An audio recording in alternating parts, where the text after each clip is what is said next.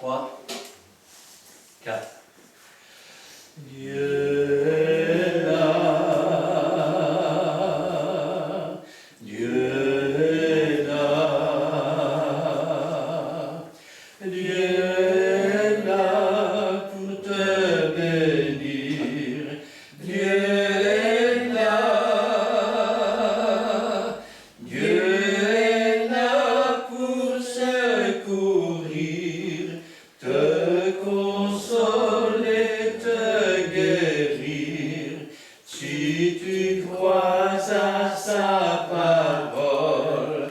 Dieu est là, oui Dieu est là, Dieu est là, oui Dieu est là, Dieu est là, oui Dieu est là, Dieu est là pour te bénir, Dieu est là, oui Dieu est là, Dieu est là pour secourir, te consoler, te guérir, si tu crois à sa parole. Dieu est là, oui Dieu est là. Amen. Amen. Pour continuer avec le 89.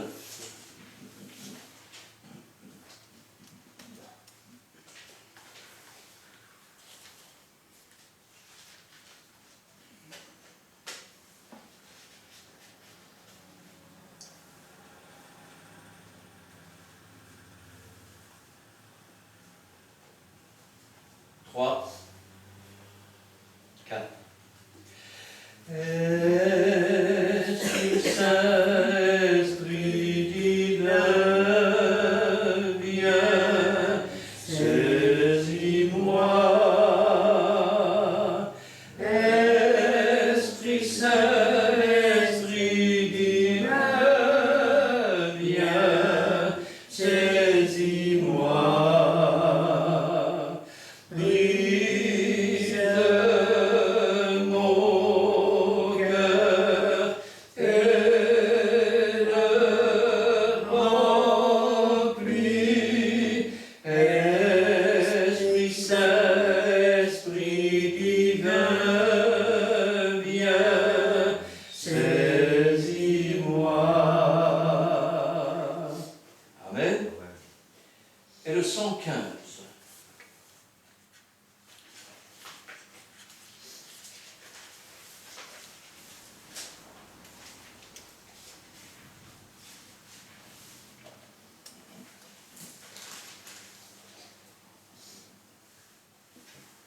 Trois, 4.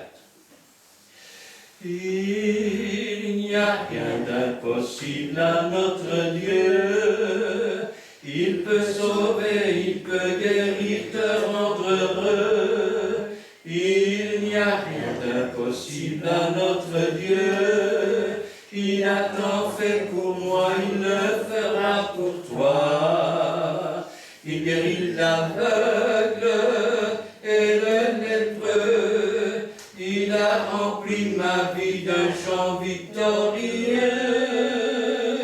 Il n'y a rien d'impossible à notre Dieu. Il peut sauver, il peut guérir, c'est merveilleux. Il n'y a rien d'impossible à notre Dieu. Il peut sauver, il peut guérir, te rendre heureux. Il n'y a rien d'impossible à notre Dieu. Il a tant fait pour moi, il le fera pour toi. Il guérit l'aveugle et le lépreux. Il a rempli ma vie d'un chant victorieux. Il n'y a rien d'impossible à notre Dieu. Il peut sauver, il peut guérir, c'est merveilleux. Amen. Amen.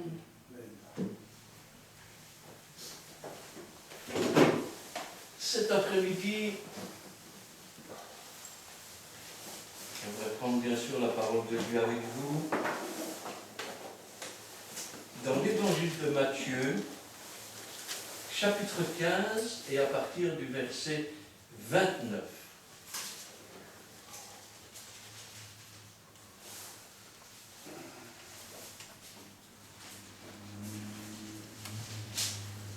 Évangile de Matthieu, chapitre 15, et à partir du verset 29. Et je vais demander à mon frère Manuel de remettre la parole du Seigneur entre ses mains. Amen. Père Céleste, dans le nom de Jésus-Christ de Nazareth, je mets tout l'enseignement qui va être donné, Seigneur, sur la puissance du Saint-Esprit, Seigneur. Que ton serviteur reçoit l'onction du Saint-Esprit, afin que tout ce qui va être lu soit pénétré dans notre cœur, Seigneur, et dans notre esprit, Seigneur. Gloire, honneur à toi, éternel. Bénis chacun ce pardon. Seigneur Jésus, je dis merci. Merci parce que tu nous gardes, Seigneur. Amen. Au nom de Jésus-Christ, amen. Jésus quitta ces lieux et vint près de la mer de Galilée. Étant monté sur la montagne, il s'assit. Alors s'approcha de lui une grande foule, ayant avec elle des boiteux, des aveugles, des muets, des estropiés et beaucoup d'autres malades. On les mit à ses pieds et il les guérit, en sorte que la foule était dans l'admiration de voir que les muets parlaient, que les estropiés étaient guéris, que les boiteux marchaient, que les aveugles voyaient, et elle glorifiait le Dieu d'Israël. Jésus, ayant appelé ses disciples, dit « Je suis ému de compassion pour cette foule, car voilà 3 jours qu'ils sont près de moi, et ils n'ont rien à manger. Et je ne veux pas les renvoyer à jeun, de peur que les forces ne leur manquent en chemin. » Les disciples lui dirent « Comment nous procurer dans ce lieu désert assez de pain pour rassasier une si grande foule ?» Jésus leur demanda « Combien avez-vous de pain ?» 7, répondirent-ils, et quelques petits poissons.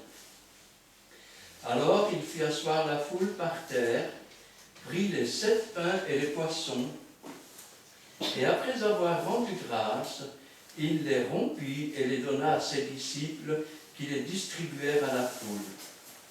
Tous mangèrent et furent rassasiés, et l'on emporta 7 corbeilles pleines des morceaux qui restaient. Ceux qui avaient mangé étaient 4000 hommes, sans les femmes et les enfants.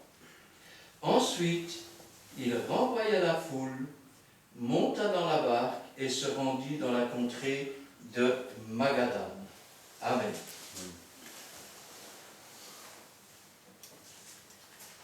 La Bible nous dit que Jésus a quitté ces lieux. En fait, il était dans le territoire de Tyr et Sidon, et nous connaissons tous l'histoire de cette femme syrophénicienne dont la fille était tourmentée par un démon, et comment Jésus lui avait dit « Il n'est pas bon de donner le pain aux petits chiens ». Mais elle répliqua « Les petits chiens mangent les miettes qui tombent de la table ».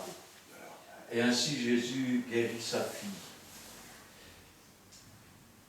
Jésus quitta donc ces lieux et vint près de la mer de Galilée. Le mot Galilée signifie cercle ou alliance.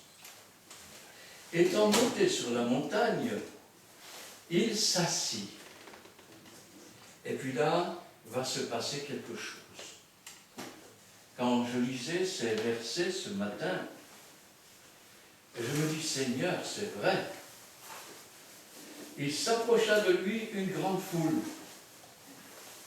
Ils avaient avec eux des boiteux, des aveugles, des muets, des estropiés, beaucoup d'autres malades. Je vous laisse imaginer, pendant que je lisais ces passages, je dis, mais Seigneur, c'est vrai. Essayez d'imaginer un peu la foule qui s'approche. Vous avez les muets, les aveugles.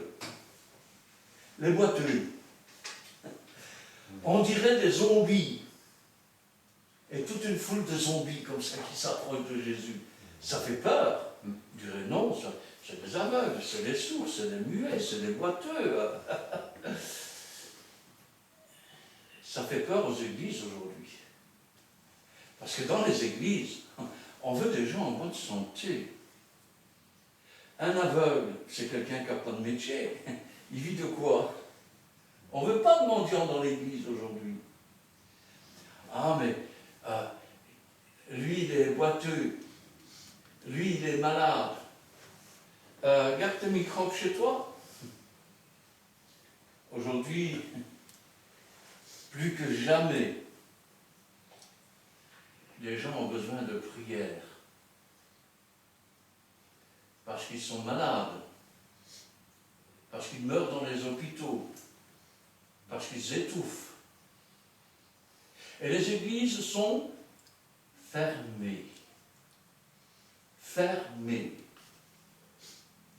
Ça veut dire qu'il n'y a plus personne qui prie, il n'y a plus personne qui intercède. On a mis Dieu de côté. On ne croit plus que Dieu est suffisamment puissant pour nous garder. On ne croit plus que Dieu peut guérir de toute maladie. On ne croit plus que la prière fervente du juste a une grande efficace. On ne croit plus que là où 2 ou 3 sont assemblés, Jésus est au milieu de nous. Aujourd'hui, les chrétiens se cachent, il y a le Covid. On ne peut pas. Ben, c'est la vérité. On ne peut pas.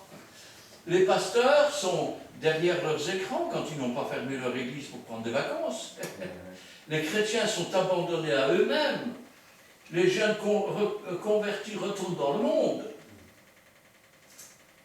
C'est un scandale. Savez-vous, dans certaines églises, il y a 2 réunions. Il y en a une pour les gens riches qui viennent s'asseoir. Et puis, il y a une autre réunion dans la même journée pour les gens pauvres. Pour les petits ouvriers. Vous vous rendez compte, les riches ne vont quand même pas venir s'asseoir à côté des pauvres. Qu'est-ce que vous auriez dit si vous aviez vu une église pareille? Des malades. On va s'écarter un peu parce que tu n'aimes pas attraper un microbe. Hein. Des boiteux, des mendiants, des petites gens. Des petites gens méprisés par les synagogues où il y a longtemps qu'il ne se passe plus rien. Et s'il ne se passe plus rien, c'est parce qu'il y a longtemps qu'ils vivent pour eux-mêmes et pas pour Dieu. Et quand je pense à ça, je dis quand même, Seigneur, j'aurais voulu, moi, être là à ce moment-là. Et voir ces boiteux, voir ces gens malades, voir ces aveugles, voir ces sourds, voir ces muets s'approcher de Jésus, être mis aux pieds de Jésus. Et le chef de l'Église, celui qui donne l'exemple, il est là. Et puis, il les reçoit, un après l'autre. Il ne les renvoie pas en disant « Attention à vos microbes, aujourd'hui c'est fermé ». On a donné sa vie à qui? À une religion? La religion ne connaît pas Jésus. Jésus ne connaît pas la religion. Mais quand on donne sa vie à Jésus, on doit être prête à entrer dans l'arène et de mourir pour Jésus. On doit être prête pour partir avec Jésus. On n'a pas le droit de se terrer, de se cacher. Dehors les lâches. Dehors les adultères. J'ai trompé mon Dieu. Je préfère me cacher derrière et dire « Oh, mais on ne sait jamais ce qui peut arriver. » Vous savez pourquoi ça peut leur arriver? Parce que leur cœur n'est pas pur. Et quand le diable a une porte ouverte dans le cœur de quelqu'un, la maladie a une porte ouverte aussi. Mais Jésus-Christ est celui qui ressuscite même les morts. Et Jésus-Christ est le même hier, aujourd'hui, éternellement. En sorte que la foule était dans l'admiration. cette foule, elle était là, elle disait, c'est merveilleux, c'est incroyable, il se passe des choses ici. Vous savez, dans certaines églises, il y a ce qu'on appelle des espions. Ils viennent s'asseoir et puis ils disent « Hé, viens dans notre église, tu vas voir comme c'est bien, l'herbe est toujours plus verte dans le champ d'à côté. » Mais il ne se passe rien dans leur église. Rien. Les malades restent malades, les sourds restent sourds, les muets restent muets. Et le Saint-Esprit, il paraît que c'était pour dans le temps. En sorte que la foule était dans l'admiration de voir les muets parler, que les estropiés étaient guéris, que les boiteux marchaient, que les aveugles voyaient. Aujourd'hui, quand il y a un miracle dans une église, qu'est-ce que les gens disent? Oh, le pasteur un tel, oh, le frère un tel, oh, la sœur un tel, ah, elle a le don de... Wow, c'est magnifique. Jésus est plus qu'un homme. Il est parfaitement Dieu, parfaitement homme. Il ne fait pas ce qu'il peut, il fait ce qu'il veut. Et pourtant, si vous regardez ce récit, les gens ne disaient pas « Jésus a un don »,« Ah, Jésus est le frère extraordinaire ». Non, ils glorifiaient Dieu. Aujourd'hui, on glorifie l'homme. Nous l'avons vu mercredi. Cette grande puissance, elle est dans des vases de terre, afin que l'homme ne se glorifie pas de ces choses, mais que bien plutôt il reste humble et rende gloire à Dieu pour toutes les choses que Dieu fait. Et elle glorifiait le Dieu d'Israël. Pendant 3 jours, ça va durer. Pendant 3 jours, des gens vont amener des malades, des estropiés, et Jésus va les guérir. Puis Jésus, ayant appelé ses disciples, dit « Je suis ému de compassion pour cette foule. Je prends part aux souffrances de cette foule. Et je ne peux pas la laisser retourner à vide.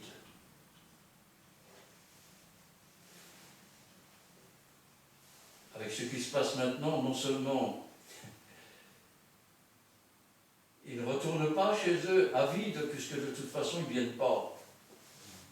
Puisque de toute façon les églises sont fermées, donc ils ne reçoivent rien. Ils sont vides. Et ce n'est pas encore un jeûne qui est, je vais dire, bénéfique, qui maîtrise la chair et qui ainsi permet à l'esprit de s'exprimer. Non, non, c'est un jeûne de la parole de Dieu. L'Église s'éteint. C'est l'apostasie. C'est l'abandon de la foi. C'est les temps difficiles. C'est les temps de persécution qui se préparent.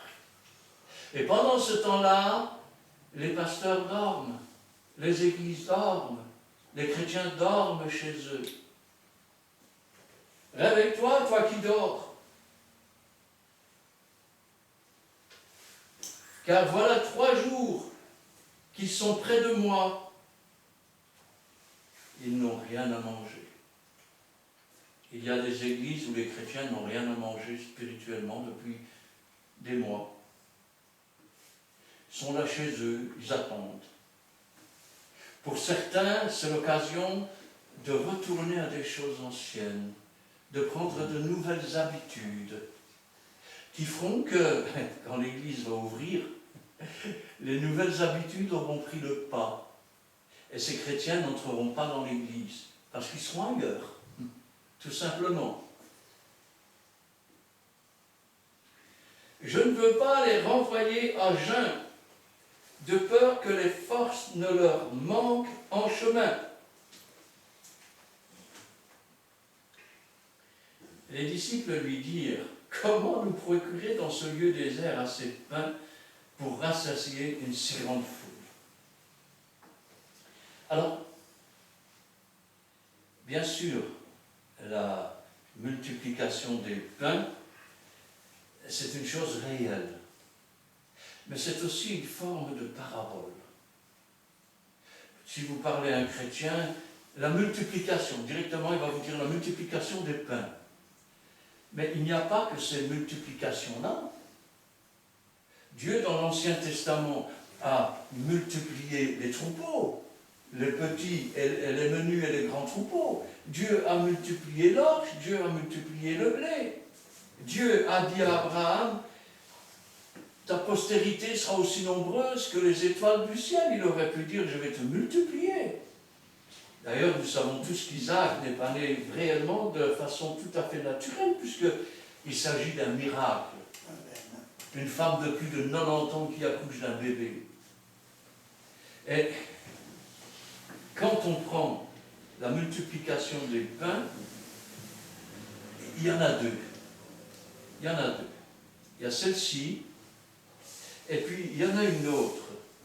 Et chacune d'entre elles, bien que ce soit des faits réels, nous propose aussi une forme de parabole. Une forme de parabole, pourquoi? Eh bien, parce que, d'abord, petit instant, voilà, un petit instant, voilà, je cherche, voilà. Parce que d'abord, c'est la deuxième multiplication des pains. Il y en a eu une première. Et dans la première, il y a des choses qui ne sont pas pareilles à la deuxième. De même que la dispensation de Dieu a commencé par le peuple d'Israël. Et ensuite, Dieu s'est tourné vers les nations pour susciter la jalousie d'Israël. Dans la première, il y a deux faits qui diffèrent. La première, c'est dans Jean 6, et on va dire verset 12, ils furent tous rassasiés. Il dit à ses disciples, ramassez les morceaux qui restent, afin que rien ne se perde. Ils les ramassèrent donc, et remplirent 12 paniers avec les morceaux, 12 paniers comme les 12 tribus d'Israël. La première multiplication des pains, avec les 12 paniers pour Israël. Mieux, il y a encore autre chose.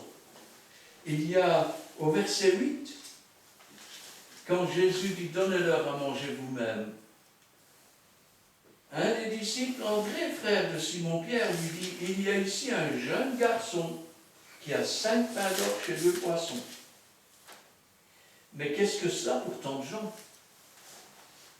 Alors bien sûr, nous pouvons toujours dire que Dieu se sert des enfants. Mais on parle d'Israël ici. Il y a un jeune garçon. Dans le monde, souvent pour occuper une place entière dans l'Église, eh bien, il faut être adulte. Dans le peuple d'Israël, il y a une cérémonie qu'on appelle la Bar Mitzvah. Elle se fait à 13 ans. Le jeune garçon, il vient avec les pains, il vient avec les poissons. Aujourd'hui, dans les églises, on ne vient plus avec rien du tout. Avec rien. On préfère fermer les portes et dire « Il vaut mieux être prudent, n'est-ce pas? On ne sait jamais. » Vous savez que l'Antéchrist va bientôt arriver et qu'il va voter encore d'autres lois et que bientôt le Dieu du ciel va être insulté. Alors ils diront quoi? Il vaut mieux, n'est-ce pas, changer de métier, parce que aujourd'hui, si on veut être payé, il faut avoir la marque de la bête sur le front et sur la main. La première multiplication des pains, elle s'adresse à Israël. Et remarquez, il y a encore une chose, c'est que ce garçon, ce jeune garçon, vient avec, je vais dire, ce qui est adulte dans la connaissance de la parole de Dieu. Parce que même pour Israël, il vient avec 5 pains Les pains qu'on présente, il y a toujours du levain dedans. Et 2 poissons. Le mot poisson en grec, c'est pictus. Et chacune des initiales correspond à un mot. C'était le signe employé par les chrétiens de Dieu, le Fils Sauveur Jésus-Christ. Amen. Ainsi, même dans ce panier qui est destiné à Israël, nous avons la représentation de 5 églises avec du péché et du levain. Et nous avons la représentation des 2 églises qui sont comme des pictus. Il est vrai que pour acheter des poissons, eh ben, il faut du financement, non? Ben oui, non? Pour acheter des poissons, il faut avoir du financement, sinon c'est pas possible. Hein? Alors, comment était-il financé? Luc chapitre 8 nous dit, à partir du premier verset, « Ensuite, Jésus allait de ville en ville et de village en village, prêchant et annonçant la bonne nouvelle du royaume de Dieu. Les 12 étaient avec lui, et quelques femmes qui avaient été guéries d'esprits malins et de maladies. Marie de Magdala, de laquelle étaient sortis 7 démons. Jeanne, femme de Chusa, intendant d'Hérode. Suzanne et plusieurs autres qui l'assistaient de leurs biens. » Voilà d'où venait le financement. Maintenant, il y avait un problème. Et c'est le problème dans beaucoup d'églises aujourd'hui, parce qu'il n'y a rien de nouveau sous le soleil. Le problème, ce sont les pasteurs, ce sont les trésoriers, des gens qui reçoivent de l'argent pour l'œuvre de Dieu et qui le mettent dans leur poche. Dans Jean chapitre 6, verset 70, il parle du trésorier de Jésus. Jésus leur répondit, « N'est-ce pas moi qui vous ai choisi, vous les 12, et l'un de vous est un démon ?» Il parlait de Judas Iscariote, fils de Simon, car c'était lui qui devait le livrer, l'un des 12. Et si on lit dans le chapitre 12 de Jean, et verset 4, l'un de ses disciples, Judas Iscariote, fils de Simon, qui devait le livrer, dit, « Pourquoi n'a-t-on pas vendu ce parfum 300 deniers pour le donner aux pauvres ?» Il disait cela, non qu'il se mit en peine des pauvres, mais parce qu'il était voleur, et que tenant la bourse, il prenait ce qu'on y mettait. Quand je pense à cela, je pense à toutes ces églises qui ont agi comme des mercenaires. Quand le loup vient, ils abandonnent le troupeau et ils courent se cacher. Pourquoi? Parce qu'ils ne se mettent pas en peine des brebis. Parce qu'ils n'en ont rien à faire. C'est dur, mais c'est la vérité. Jésus leur demanda, « Combien avez-vous de pain ?» 7, répondirent-ils, et quelques petits poissons. Nous avons 7 pains. Il y a un pain pour chaque période. Eh oui, parce qu'il y a 7 églises, il y en a 5 qui ne sont pas correctes devant la parole de Dieu. 2 obéissent à la parole de Dieu, mais elles représentent aussi 7 périodes. Cette période pendant laquelle on va trouver les 7 églises dans chaque période. Elle représente aussi les 7 églises que l'on peut trouver dans une seule église. Ça veut dire que il n'y a que 2 façons de plaire à Dieu, dont l'une d'entre elles, je vais dire, ferait mal à beaucoup de pentecôtistes, puisqu'il dit parce que tu as peu de puissance, mais que tu as gardé ma parole. Tu as gardé ma parole. La parole, c'est ce qui sauve. Ce n'est pas les dons du Saint-Esprit qui sauvent, béni soit Dieu pour cela. Mais ce qui sauve, c'est la parole de Dieu. Ce qui a fait le monde, c'est la parole de Dieu. Et sans la parole de Dieu, on ne peut rien faire. Dieu accompagne toujours sa parole, tantôt d'une façon, tantôt de l'autre. Combien avez-vous de pain? 7, répondirent-ils, et quelques petits poissons. Alors, il fit asseoir la foule par terre, prit les 7 pains et les poissons, et après avoir rendu grâce, il les rompit et les donna à ses disciples, qui sont vite partis se cacher parce qu'il y avait des malades dans le tas, non? Comprenez ce que Jésus a fait. Il n'avait rien à donner à manger, ou pas grand-chose. Et la première chose qu'ils vont faire avec cela, Jésus va dire, apportez-les-moi. Seigneur, je n'ai que ça, apporte-moi. Et là, Jésus va commencer à rendre grâce. Et il va commencer à rompre le pain et le mettre dans le panier d'un disciple, dans le panier de l'autre, dans le panier de l'autre, dans le panier de l'autre. Nous avons ici l'image de la propagation du pain, de la multiplication du pain. C'est pourquoi il est dit dans la Bible d'enseigner la parole à d'autres qui, à leur tour, seront capables de l'enseigner.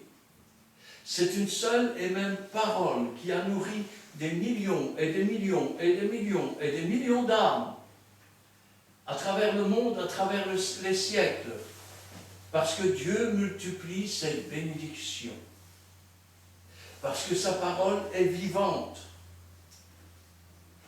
Et chacun des disciples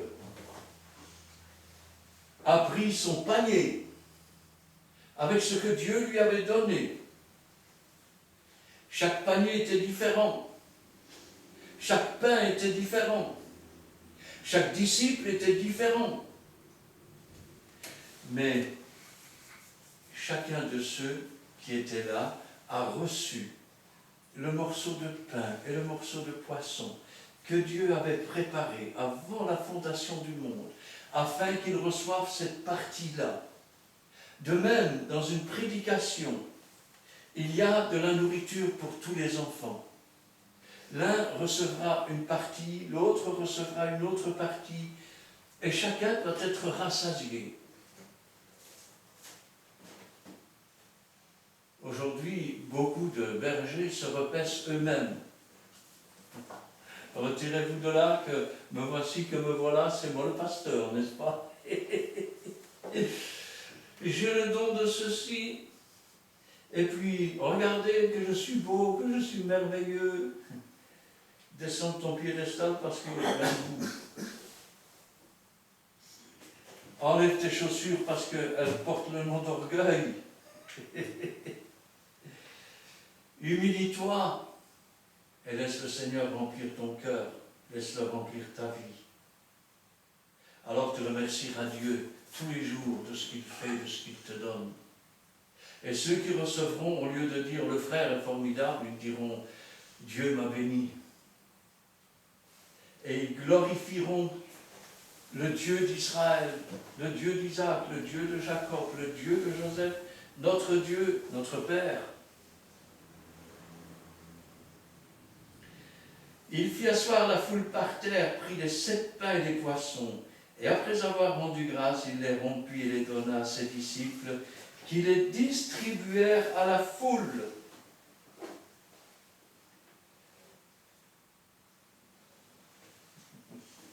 Quand je pense à cela, je dis quand même, est-ce qu'ils avaient encore faim après avoir reçu la parole de Dieu? Ou après avoir reçu les pains et les poissons? Non, ils étaient rassasiés. Ils avaient eu à manger. Pourquoi? Parce que ces pains et ces poissons venaient de Jésus lui-même. Ce que je suis en train de dire, c'est que tous ont été rassasiés. Ça veut dire que tous avaient mangé à leur faim. Tous avaient eu ce dont ils avaient besoin. Et ce dont nous avons besoin, c'est cela. C'est la parole de Dieu. C'est elle qui nourrit l'âme. Combien de gens aujourd'hui mettent la parole de Dieu et à côté on va mettre un autre livre. Et au bout d'un moment, ce n'est plus la parole de Dieu qui rassasie, c'est le livre. Sauf que pour avoir lu énormément de livres chrétiens, je peux vous dire qu'au départ, j'étais loin de me douter de ça. J'avais une bibliothèque avec je ne sais pas combien de livres chrétiens et de tous les grands pasteurs reconnus. Jusqu'au jour où j'ai commencé à les lire moi-même. Les 5 ou 10 premières pages, magnifiques. Et puis, au milieu d'une page, le piège qui fait que l'on est privé de la gloire de Dieu. Il n'y a pas besoin de réécrire la Bible, elle a été écrite, c'est la parole de Dieu. Ce n'est pas un livre parmi tant d'autres, c'est le livre de Dieu. C'est pour ça qu'il porte le nom de Bible, signifie le livre. Ce n'est pas une certaine doctrine, ou ce n'est pas une doctrine, ce n'est pas une philosophie, ce n'est pas une religion, ce n'est pas, je vais dire, un récit. C'est le livre, c'est la doctrine, c'est le récit. Et il n'y en a pas d'autre.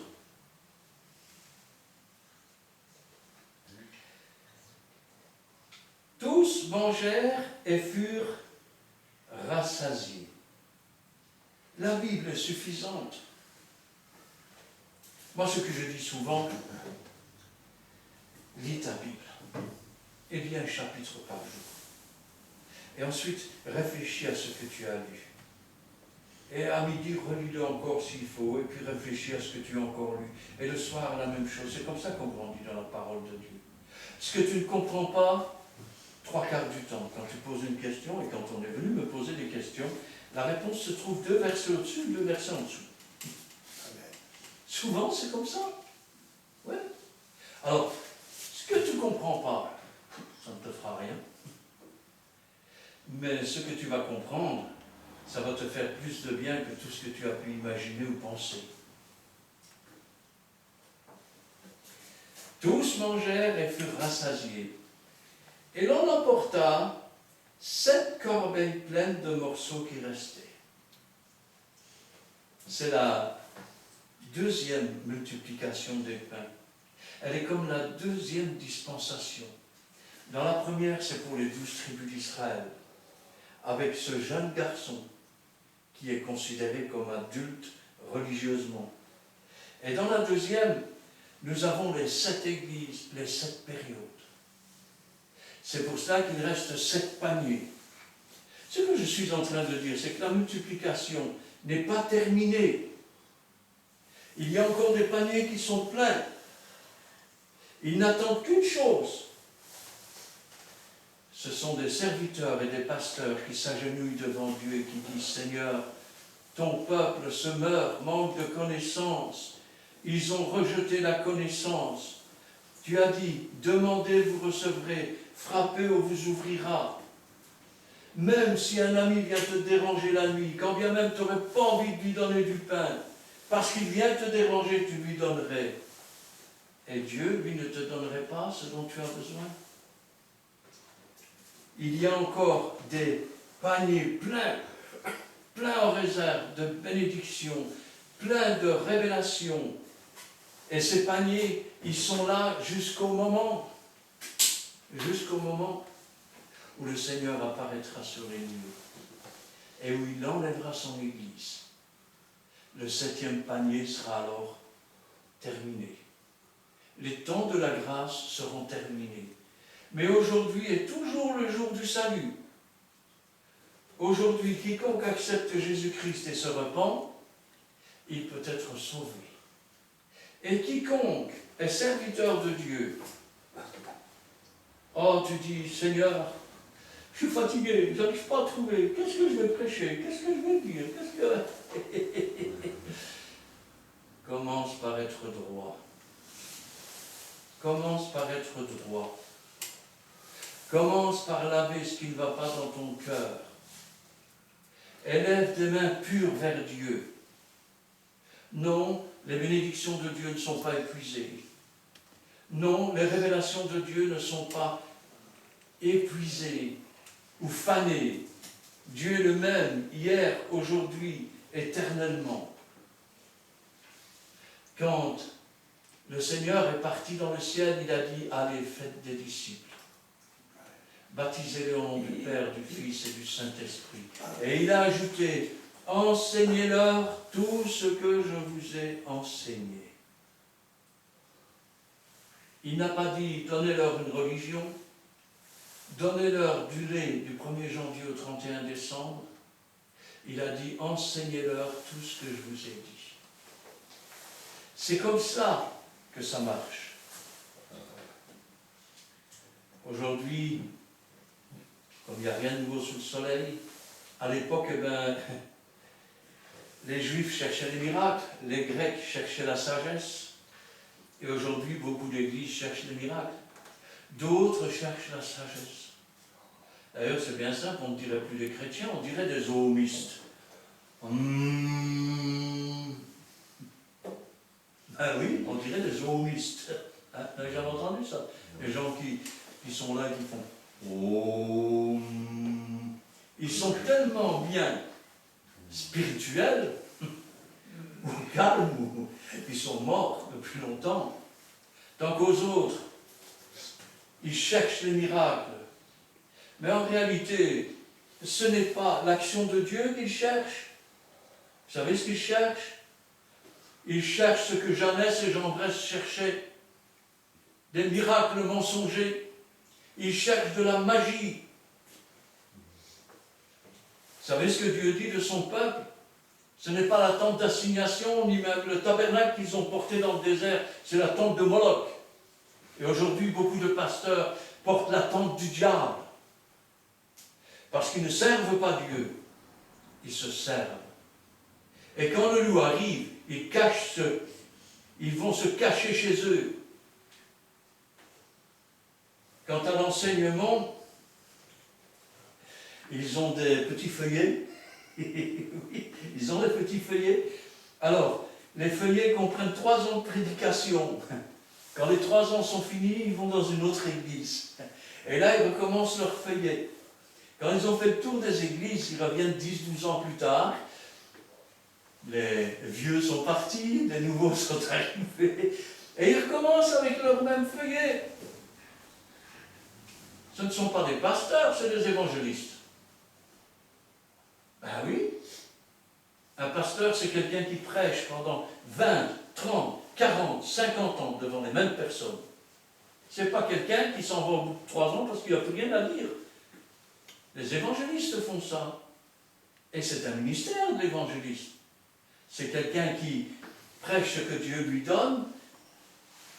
Il vient dans une église, il prêche, et puis il va dans une autre église. C'est un peu comme des itinérants.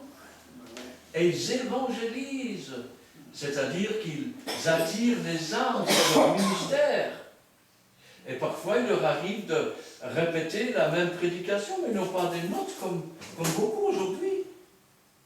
Parce que pour faire ça, vous savez, moi-même j'ai écrit des livres de 500 pages. J'ai même distribué ici, pour ceux qui sont là. Mais je pourrais venir avec ces livres, parce que j'écris comme je prêche, donc je pourrais venir avec le livre et le lire, tout simplement. Ce serait beau, non? Mais comment veux-tu trouver la nourriture au temps convenable? Le temps convenable, c'est pas toi qui l'as fait, c'est pas moi. Le temps convenable, c'est le temps où cette nourriture-là doit être donnée. Elle n'est pas dans ton livre, elle n'est pas dans ton feuillet. Oh, mais je ne sais pas faire ça, moi. Alors laisse ta place. Si Jésus ne t'a pas donné de ministère, de pasteur, retire-toi de là et demande pardon au Seigneur. Laisse monter celui que Jésus a choisi Celui-là, il parlera au nom de l'Éternel. Celui-là, quand il parlera, le Saint-Esprit agira. Et l'Église se réveillera. Ah, mais c'est vrai, aujourd'hui, vous avez même des genoux qui sont là depuis 3 mois et qui voudraient prendre la place du pasteur. C'est normal, puisque ce sont des usurpateurs. Et où sont les usurpateurs aujourd'hui?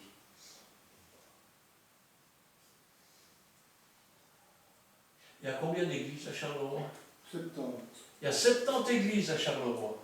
Il y en a combien d'ouvertes? 70, donc il y a des nouvelles, il y en a des nouvelles qui viennent d'arriver, ça fait 80. Ben, je n'oserais pas dire. Comment tu dis? Je n'oserais pas dire le chef. Ben, si, dis le chiffre. Il n'y en a qu'une. Il n'y en a qu'une ouverte aujourd'hui. Hein. Ah ben, c'est du propre. Ça veut dire que tous les bergers sont en train de se cacher. Ouais. Et toutes les brebis sont dispersées. À part chez Isaiah, On ne va pas donner de nom. non, à cause du Covid, lui, il rassemble ses anciens le dimanche matin et il prie. Mais, Ouais, il rassemble ses anciens, mais il n'a pas de réunion pour ses chrétiens. Quoi. non, voilà, c'est ça. Alors, tout le monde, pratiquement tout le monde. Enfin, quoi qu'il en soit, il y a 80 églises à Charleroi. Plus ou moins. Plus ou moins, ouais. Il y en a une ou deux qui sont ouvertes. Ouais, on pourrait dire ça, oui. Sans citer celle-ci. C'est scandaleux, tout simplement. Je suis honteux et déçu. Tous mangèrent et furent rassasiés, et l'on emporta 7 corbeilles pleines de morceaux. Aujourd'hui, vous savez ce qui se passe? Il y a les corbeilles jusqu'à la fin du temps de la grâce. Eh bien, le pain est en train de moisir dans les corbeilles. Le pain est en train de moisir dans les corbeilles. Les enfants ont faim, ils ont soif, et il n'y a personne pour leur donner à manger.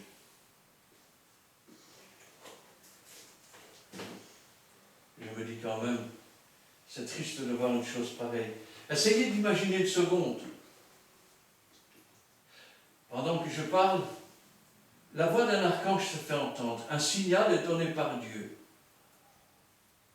Et vous présentez, « Oh Seigneur, on a fait des prodiges, on a fait des miracles. » On est dimanche, c'est le jour de réunion. Tu es où, là?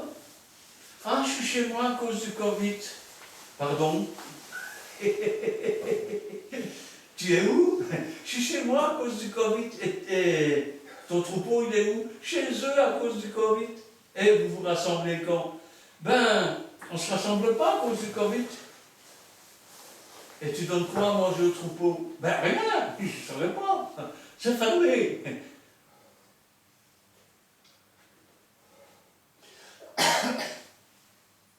Vous ne trouvez pas que c'est scandaleux? Cependant, il y a beaucoup de... Combien d'âmes descendront dans le séjour des morts?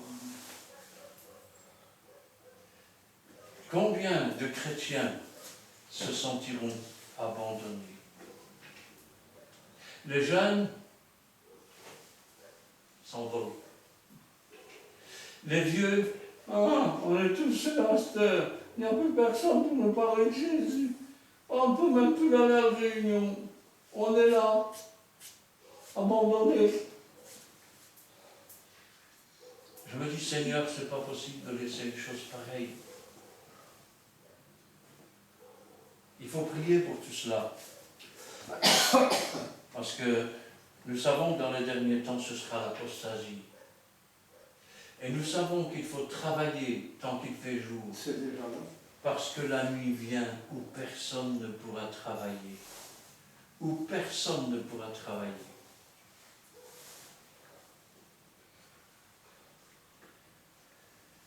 Ceux qui avaient mangé étaient 4000 hommes, sans les femmes et les enfants. Alors 4000 hommes, ça fait au moins 4000 femmes, non? Minimum, hein? Avec ça, eh ben, une moyenne entre 6 et 10 enfants par famille. Alors, c'est des familles nombreuses. Ah oui, c'était pas comme maintenant, il n'y avait pas la pilule. les femmes ne prétendaient pas qu'elles étaient maîtres de leur corps pour mieux assassiner un corps qui ne leur appartient pas et qui est dans leur ventre. En ce temps-là, on éduquait les filles.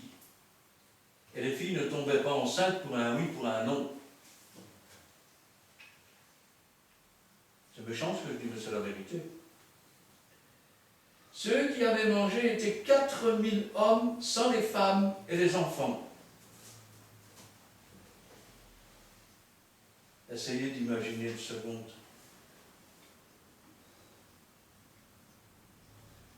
Depuis des siècles, tous les dimanches, je parle ici des églises qui servent Dieu, Jésus était dans l'église. Parce que là où 2 ou 3 sont assemblés en mon nom, je suis au milieu d'eux, Jésus est au milieu de l'église. Là où la parole était fraîchée, Jésus pouvait encore guérir, Jésus pouvait encore agir.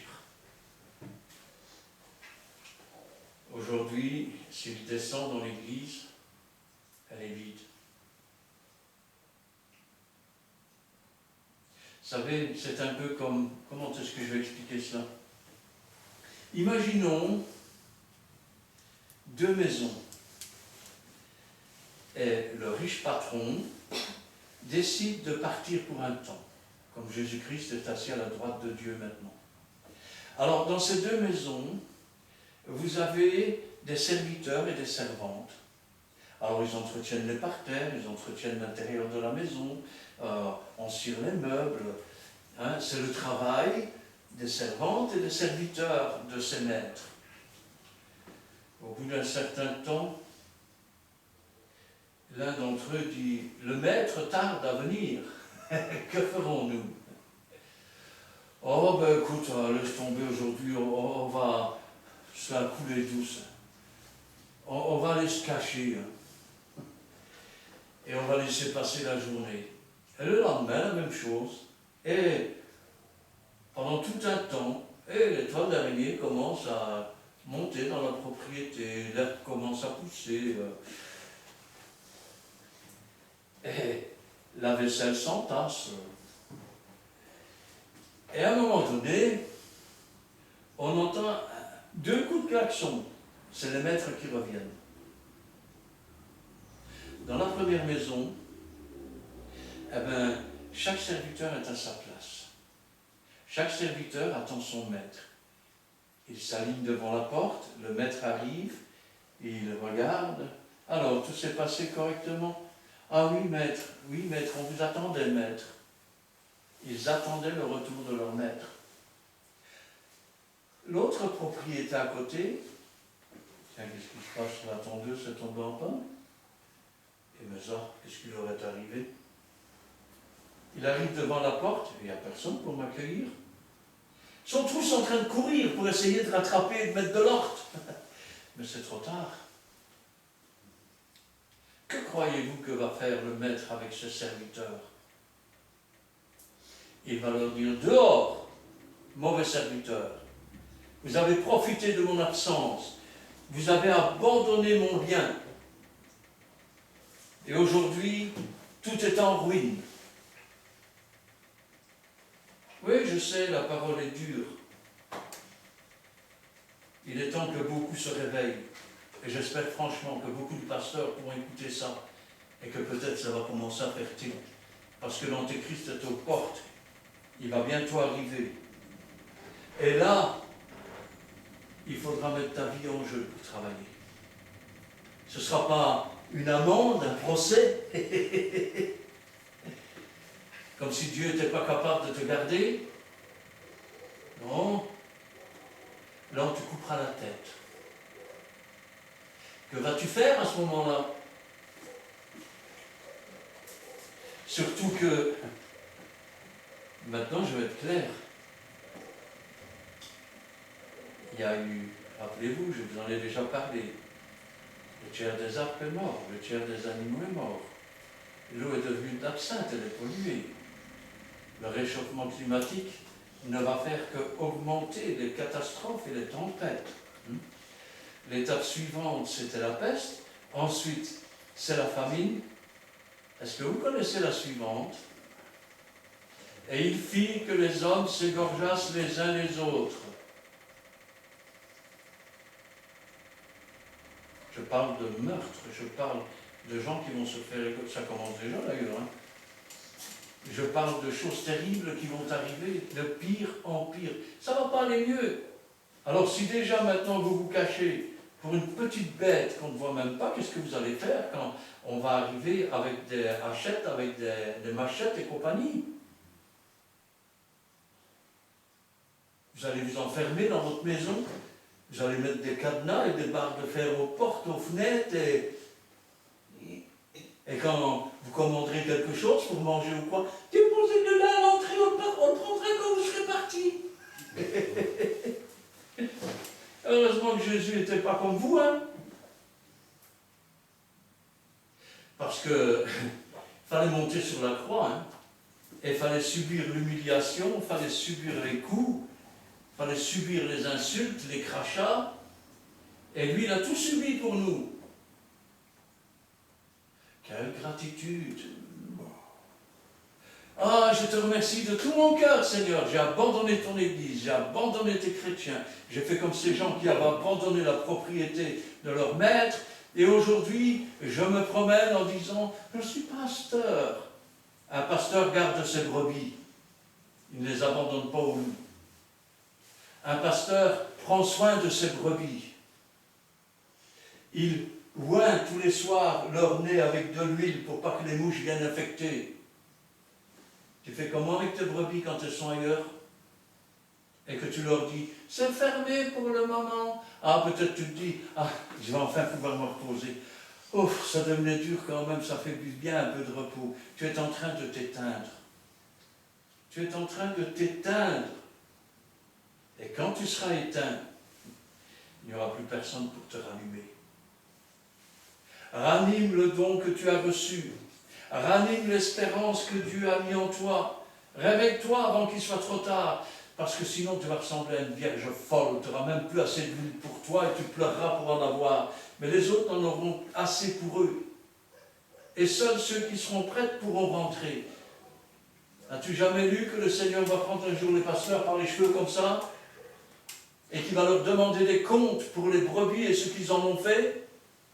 Tu ne crains donc pas Dieu? Si tu ne crains pas de lui déplaire, alors crains la punition. D'un côté comme de l'autre, de toute façon, ce sera la même chose. Ensuite, il renvoya la foule. Il n'a pas renvoyé la foule tant qu'elle n'a pas eu à manger.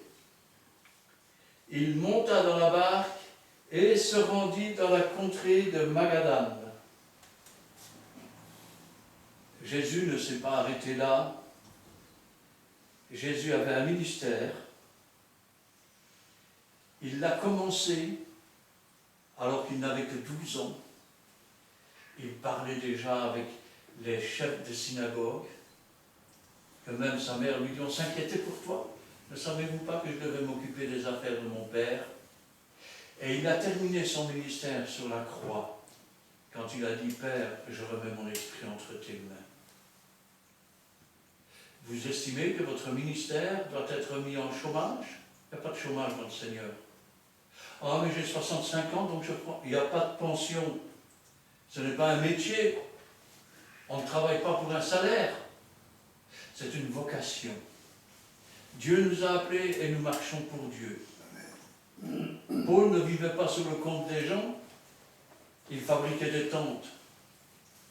Et quand il y avait des persécutions, on l'a laissé pour mort. Il a été lapidé plusieurs fois. Ça ne l'a pas empêché de continuer. Les véritables disciples qui se faisaient arrêter et qui se faisaient frapper avec des fouets, ils s'en allaient tout heureux d'avoir été trouvés dignes d'être persécutés pour le nom du Seigneur. Heureux serez-vous lorsqu'on vous persécutera, lorsqu'on vous outragera, lorsqu'on dira faussement toutes sortes de mal. Mais si vous n'êtes déjà pas capable de faire face pour un petit microbe et que vous abandonnez le troupeau, vous n'êtes que des mercenaires, je suis désolé. Dieu n'est-il pas plus grand que les microbes? Y a-t-il une chose qui se passe sur la terre sans que Dieu ne l'ait permis? Et si Dieu l'a permis, c'est peut-être pour vous mettre à l'épreuve aussi. Vous savez la différence entre vous et moi? Je n'ai pas peur de mourir. Parce que je sais, et vous ne semblez pas le savoir, c'est pour ça que vous abandonnez vos églises. Je sais que je ne mourrai pas une seconde avant que ma vie ne soit terminée. Ni avant, ni après. Et ça a été fixé avant la fondation du monde. Qui pourrait me séparer de Dieu? Un microbe? Les persécutions? Les outrages? La prison? Qui pourrait nous séparer de Dieu? Rien. Ni même la mort. Parce que si nous vivons pour Jésus. Si nous mourrons pour Jésus. Dehors, les lâches. Avez-vous jamais lu ça dans la Bible? C'est marqué, dehors les lâches. C'est de la lâcheté de faire ça. Vous devriez tous vous lever comme un seul homme et dire, ainsi a parlé le Seigneur. N'abandonnez pas vos assemblées comme c'est la coutume de quelques-uns. Combien de fois l'avez-vous dit dans vos assemblées? Et aujourd'hui, vous êtes où? 80 églises à Charleroi, il y en a 2 qui sont ouvertes. Et encore, l'autre, elle est à mi-temps ouverte. Vous trouvez ça normal, vous? Vous abandonnez vous-même les assemblées, vous donnez l'exemple. C'est ça que vous appelez donner l'exemple? Si réellement vous auriez la foi en Dieu, vous sauriez que Dieu est puissant assez que pour ressusciter les morts. Amen. Que Dieu est puissant assez que pour guérir de n'importe quelle maladie. Et qu'il n'arrivera rien sans que Dieu ne le permette. Alors, caché ou pas, si ça doit vous arriver, ça vous arrivera. Vous pouvez toujours vous cacher même dans le fond d'un trou. Si vous devez mourir de ce microbe, vous mourrez de ce microbe. Et vous ne pourrez pas mettre la main devant. Je sais que c'est très dur ce que je dis. Je sais que c'est difficile à encaisser. Vous croyez que Dieu parle toujours avec douceur? À l'époque, j'étais jeune chrétien. Je travaillais dans une société de bus et j'étais dans un garage. J'avais une cigarette en bouche et j'écrase la cigarette. Et je dis, Seigneur, quand même, si je pouvais arrêter, j'ai pas eu le temps de finir ma phrase. Je voulais dire, si seulement je pouvais arrêter de fumer. C'est la première fois que j'ai entendu la voix de Dieu. J'ai entendu cette voix qui m'a dit, hypocrite, ça te plaît bien. C'était pas une parole douce. Je me suis retourné. J'ai réalisé qu'il n'y avait personne. J'ai voulu, je vais dire, discuter. Je dis non, ça me plaît. Mais avant que j'ai eu le temps de finir ma phrase, ça ne me plaît pas. J'ai ressenti un sentiment de honte à l'intérieur de moi. Et j'étais obligé de dire, oui Seigneur, tu as raison, ça me plaît bien. Dieu ne parle pas toujours avec douceur. Dieu peut parler avec dureté. Et vous dites, oh, vous vous rendez compte comment vous parlez au pasteur? Qu'est-ce que vous auriez dit du temps de Jésus? N'avez-vous jamais lu? Race de vipères, bande de serpents, qui vous a appris à échapper à la colère qui est à venir? Portez du fruit de la repentance. C'est bien pire que ce que je dis, non? Ou alors c'est la même chose. Quand je pense à tout ce que Jésus a souffert pour nous donner la liberté, pour briser nos fers, pour briser nos chaînes, pour nous renvoyer libres, nous qui étions opprimés. Quand je pense à ses meurtrissures, à son sang versé pour effacer les péchés, Jésus a dit, trouverai-je encore la foi lorsque je reviendrai? Jésus a posé rarement des questions. Et quand il pose une question, il connaît la réponse, mais il attend que nous répondions. Alors j'ai envie de dire, oui Seigneur, tu trouveras encore la foi quand tu reviendras, à moins Seigneur que tu ne me prennes avant de revenir. Et ce serait vraiment magnifique, je vais dire, si tous ceux qui pouvaient réaliser cela se levaient et pourraient dire, oui Seigneur, tu trouveras la foi quand tu reviendras. Parce que moi Seigneur, je n'ai peur que d'une chose, je n'ai peur que de te déplaire, je n'ai peur que d'attrister le Saint-Esprit, je n'ai peur que de résister au Saint-Esprit. J'ai peur de ne pas faire les œuvres que tu as préparées d'avance. Peu importe ce que le monde pense, le monde et sa vanité passeront, mais la parole de Dieu ne passera pas. Amen. Amen. Nous allons prier. Alléluia, gloire à Dieu.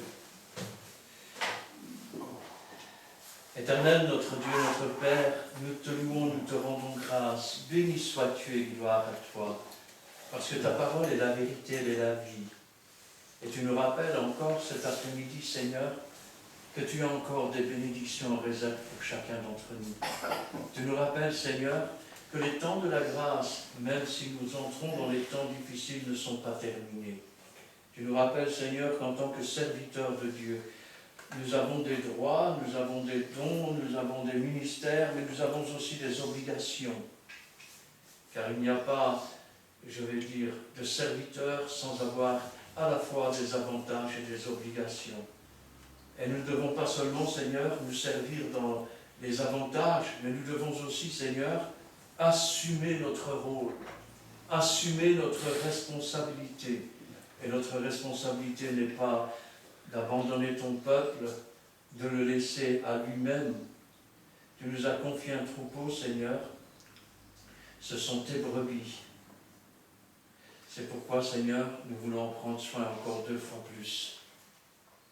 Car celui qui ne prendra pas soin des brebis du Seigneur et qui aura été appelé à le faire, Dieu ne prendra pas soin de lui.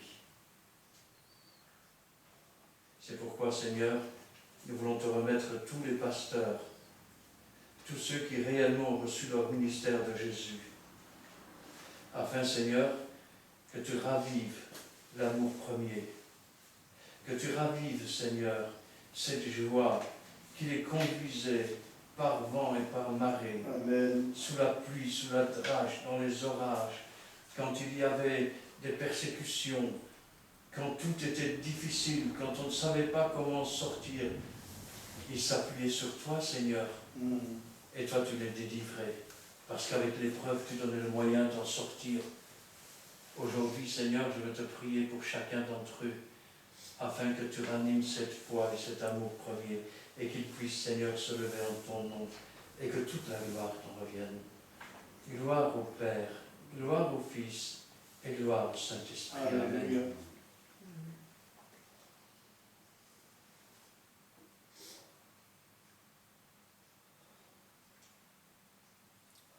Amen. Eh bien, nous terminerons avec le cantique 172.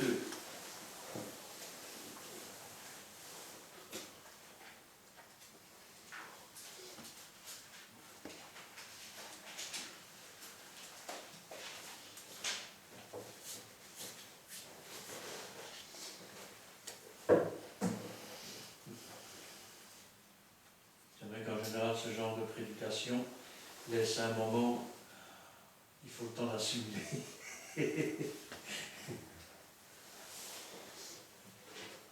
3, 4. Le temps des décisions est venu pour ton âme, pour Christ et la vie, pour le mal et la mort, qui vas-tu servir le monde ou le Dieu fort? Le temps de décision est aujourd'hui pour ton âme. Choisis la vie et non la mort. Choisis la vie et non la mort. Choisis la vie, Dieu t'y convie. Choisis la vie et non la mort. Amen. Le temps des décisions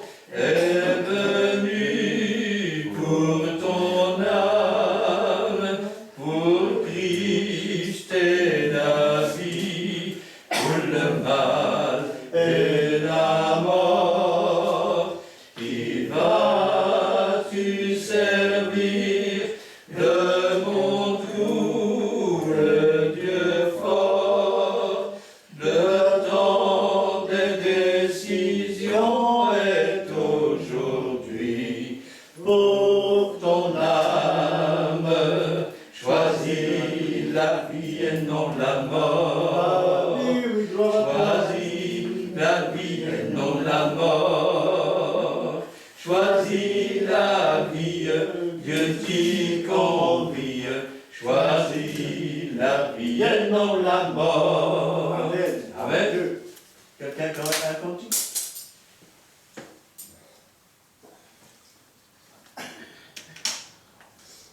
Un qu'on connaît, hein? Allez, un petit dernier pour la route. T'as tout petit? Allez. Un tout petit. Un tout petit, hein, t'as dit. 116. 116. Un tout petit. 134. J'ai un sauveur puissant pour me guérir. Je connais pas. Bon, sûr. Non, c'est ça. Non, j'ai un sauveur puissant pour me guérir. Tu connais pas? Pour me guérir. Pour me guérir. 105, J'ai un 100. sauveur. 105. 105. Avec le 5 alors.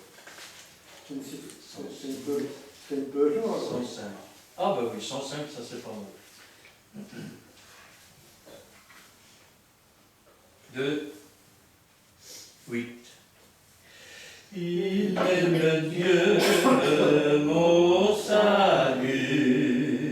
Il est le Dieu de ma délivrance.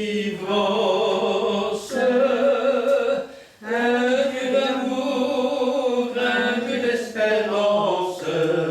Alléluia, alléluia. Il est le Dieu de mon salut. Il est le Dieu de ma délivrance. Un Dieu d'amour, un Dieu d'espérance. Alléluia, alléluia. Amen. Amen. Je vais demander à Cindy de terminer par la prière. Merci Seigneur pour ta parole que nous avons reçue. Je nous remets entre tes mains, que tu puisses nous garder dans ta main puissante. Alléluia. Faire ta volonté en nous, mais aussi dans nos vies.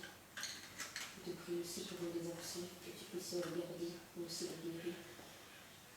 Que tu puisses intervenir parce que tu vois ce qui se passe. Que tu puisses intervenir comme toi seul tu peux le faire. Et aussi, je te remets toutes les situations, toutes les prières que tu connais. Que tu puisses nous garder dans les jours à venir. Que tu puisses bénir la semaine et nous garder en toutes choses. Merci Seigneur. Amen. Amen. Que l'Éternel te bénisse et qu'il te garde. Que l'Éternel fasse luire sa face sur toi et qu'il t'accorde sa grâce. Que l'Éternel tourne sa face vers toi et qu'il te donne la paix. Amen et Amen. Bienvenue Dieu voulant, mercredi 19h.